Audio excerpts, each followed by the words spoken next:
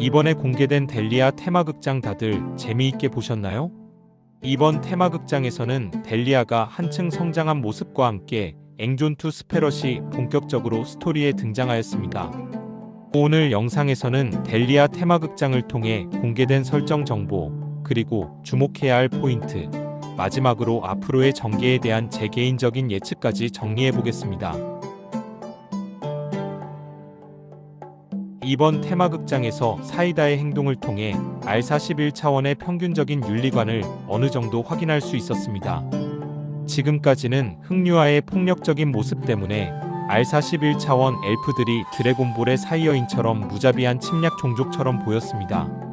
하지만 이번 이야기를 보면 오히려 스타크래프트의 프로토스처럼 오만하지만 나름의 질서를 가진 종족에 더 가깝다는 것을 알 수 있었습니다.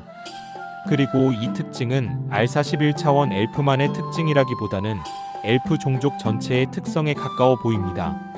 엘레나의 말에 따르면 교주 차원의 엘프들 역시 침략이라는 표현과는 달리 엘프들의 입장에서는 지구를 통치해달라는 요청을 받고 통치하러 간 것에 가까웠다고 합니다.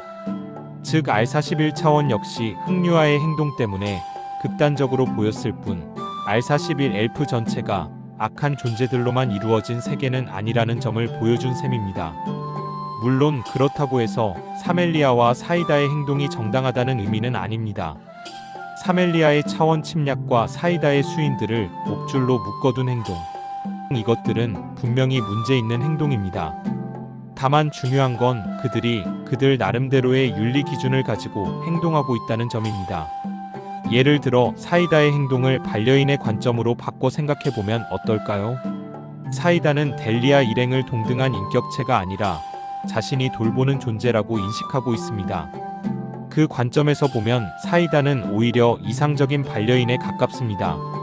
영화 혹성 탈출에서 인간들이 지능을 가진 침팬치들을 위협으로 보고 몰살하려 했던 것과 비교해보면 사이다는 수인들을 보호하고 관리하는 쪽에 가깝기 때문입니다.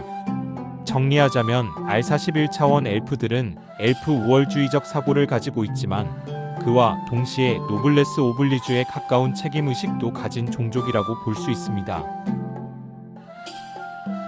스페럿은 앵무 해적단의 선장으로 간단히 말하면 캐리비안의 해적에 잭 스페로우와 마블의 욘두를 섞어놓은 듯한 캐릭터였습니다.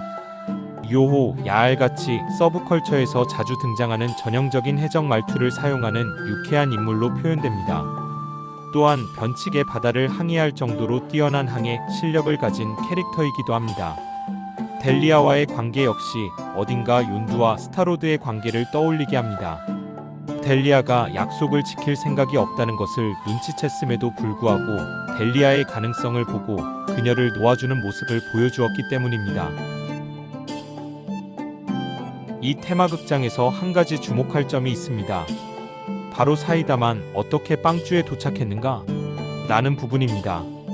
빵주의 차원문은 전력 자체가 차단되어 있었을 가능성이 높은 상황에서 사이다가 어떻게 빵주에 도착했는지는 상당히 의문이 남는 부분입니다. 그리고 사이다만 온 것도 의문입니다. 이 역시 앞으로의 스토리에서 중요한 떡밥이 될 가능성이 있습니다. 다만 이 부분과는 별개로 이번 테마극장을 통해 사이다가 타이다의 이격으로 출시될 가능성은 상당히 높아진 것 같아요. 앞서 이야기했듯 사이다는 결국 교단에 합류할 가능성이 높다고 생각합니다. 홈이 버터 델리아와 가까이 지내면서 2차원에 적응하는 과정이 스토리로 이어질 것 같습니다. 그리고 그 과정에서 수인을 단순한 동물이 아니라 하나의 인격체로 인정하게 되는 변화가 서서히 나타날 것 같아요. 스페럿의 합류는 기정사실이지만 저는 헤일리와 교대하는 형태로 빵주에 합류할 가능성이 높다고 생각합니다. 헤일리는 R41차원 간의 전후 처리 문제를 해결하기 위해 교단으로 돌아가고 그 빈자리를 스페럿이 채울 것 같아요. 스페럿은 처음에는 힘으로 빵주를 빼앗으려고 시도하지만 시원하게 패배한 뒤 결국 교주에게 고용되는 형태로 빵주에 승선하게 되지 않을까 예상해봅니다. 이번 영상은 여기까지입니다. 여러분은 어떻게 생각하시나요?